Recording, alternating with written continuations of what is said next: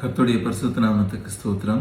லேவியராகமம் 25ஆம் அதிகாரம் 18ஆம் வசனம். இயேசுவின் நாமம் மட்டுமே மகிமைப்படுவதாக. என் கட்டளைகளின் படி செய்து என் நியாயங்களை கை கொண்டு அவைகளின் படி நடக்க கடவீர்கள். அப்பொழுது தேசத்திலே சுகமாய் குடியிருப்பீர்கள்.